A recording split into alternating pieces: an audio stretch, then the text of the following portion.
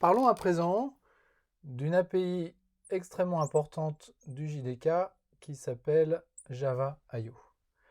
I/O, ça veut dire input, output. Et en fait, ça s'intéresse à l'intégralité des mécanismes qui permettent à une application Java qui vit dans une machine Java d'aller échanger des données à l'extérieur, soit d'en recevoir, soit d'en envoyer. L'extérieur, qu'est-ce que ça représente? Qu'est-ce que c'est? C'est typiquement deux choses principales, plus une troisième. La première chose, bien sûr, c'est le disque. Donc le stockage de masse, c'est au travers de l'API Java I/O qu'on va pouvoir écrire et lire des fichiers sur des disques. Ces disques qui vivent à l'extérieur de l'application. Donc on est vraiment dans le programme dont on vient de parler. Et puis bien sûr, deuxième élément, le réseau. Et au travers du réseau, il y a deux types de ressources extrêmement importantes auxquelles on peut accéder. La première, c'est le web, au travers du protocole HTTP.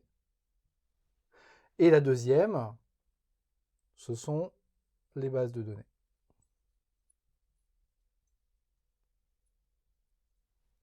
Le web et les bases de données sont accessibles la plupart du temps au travers du réseau. Le web, systématiquement, les bases de données, il existe des bases de données en mémoire qui peuvent fonctionner à l'intérieur de la JVM dans laquelle fonctionne notre application, mais le plus souvent, on accède aux bases de données au travers du réseau. Donc, cette API Java I/O est vraiment au cœur de l'intégralité des applications d'entreprise.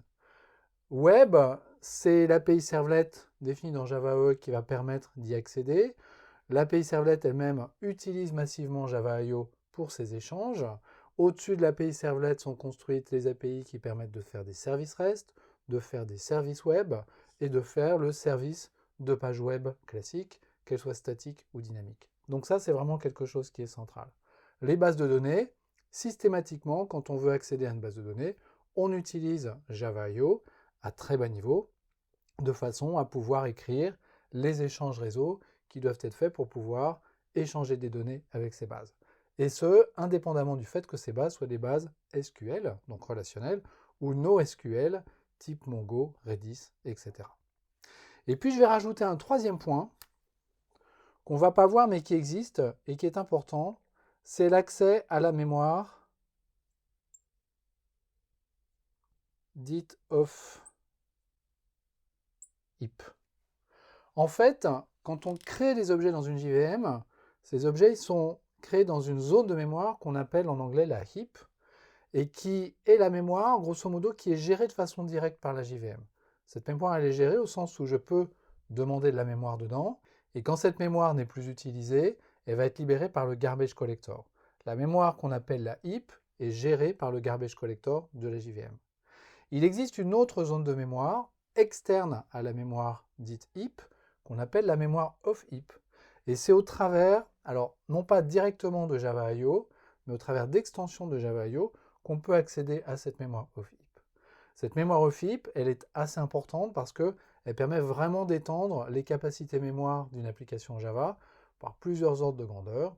Quand on commence à devoir gérer des téraoctets de mémoire vive, en général, on passe par ce genre de mécanisme pour y accéder.